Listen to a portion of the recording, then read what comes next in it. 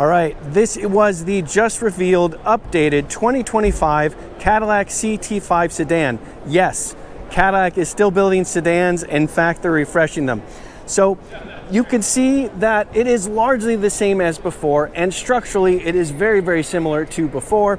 But the big part of what's new about this car that will be available in spring of 2024 is what's going on in the interior. So it's got a heavily updated interior, and the chief engineer of the Cadillac CT5 is going to join me inside, and we're going to talk about what's new about the interior and what's going forward with Cadillac CT5 in general.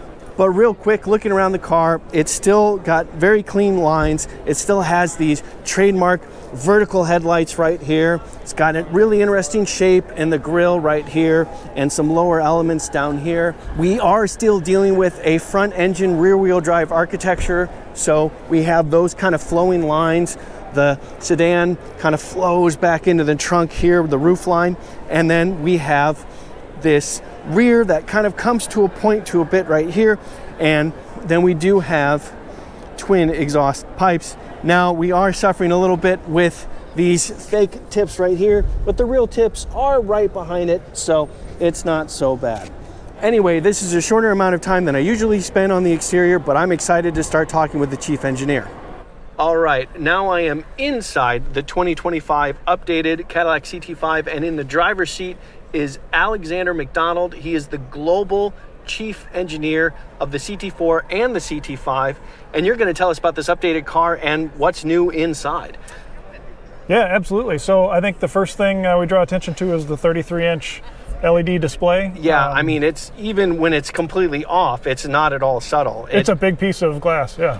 And it 33 inches, you said? Diagonal, yep. Diagonal 33 inches. But I mean, you know, since it's such a wide screen, that's not far off from 33 inches across. Exactly. Yeah. So, and this looks like these are Super Cruise equipment here, and here. Yep. So, all right, what is embedded? What are the features that you get because we get this 33-inch screen? Yeah, so a couple things to talk about that you already hit on. So 9K resolution.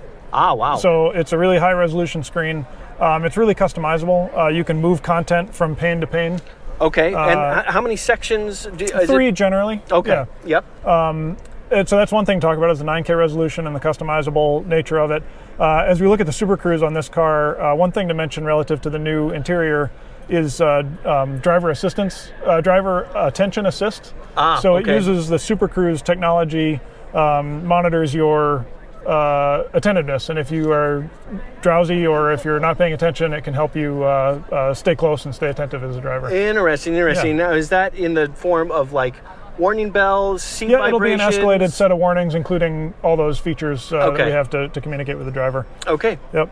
And one thing that I noticed right away is that, so we have this big long display here. Obviously, it's going to be the instrument cluster and the center console touchscreen and all that, but that is in addition to, not instead of, a head-up display. So we have a head-up display as well. Head-up display as well, yep.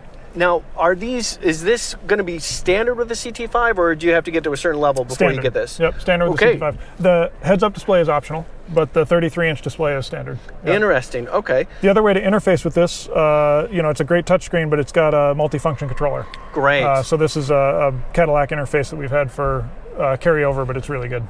Yeah, sure. And the one thing I can't help but notice is this carbon fiber trim around it. That's a nice touch. Certainly don't mind that. And, cup holders. This looks like a Qi wireless charger right here.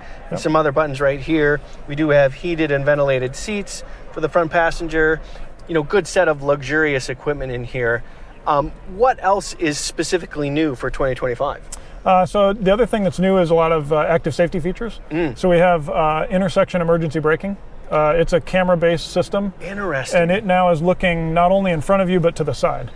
So it can assist you in braking if there's a car coming perpendicular to your path. And it has a field of vision so it can stop before it comes across. You got it. Interesting. Yep. So that's it, because we've heard about a rear cross-traffic alert for a blind spot and those kinds of things. Yep. But this is a forward driving. Forward driving. Interesting. Yep. Okay. And are there additional cameras on the car, or is these existing sensors? Existing sensors. We haven't added hardware for this. Okay. Yep. Are there any features that I forgot to ask you about? Anything else we should mention? The side blind zone steering assist is another feature along with the intersection emergency braking. So interesting. If someone's in your blind zone, it will give you a stronger suggestion with the steering wheel, whether you should be departing your lane if you're not paying attention, or if you don't notice the blind spot warning system. So that's another new active safety feature. That means that there is a lot of carryover in this 2025 CT5, but I drove the pre-updated car and I absolutely loved it. And so more than anything, I'm just relieved to hear that we still have the same powertrains going forward, the 2-liter and the 3-liter. Before we get to the V series, it is still a front engine, rear wheel drive architecture. Yes. Obviously the same size and stuff like that. So for the moment, do we have anything to worry about with the mid-size sedan from Cadillac changing in any fundamental way? No, I mean, what you're seeing here is the future of the mid-size sedan.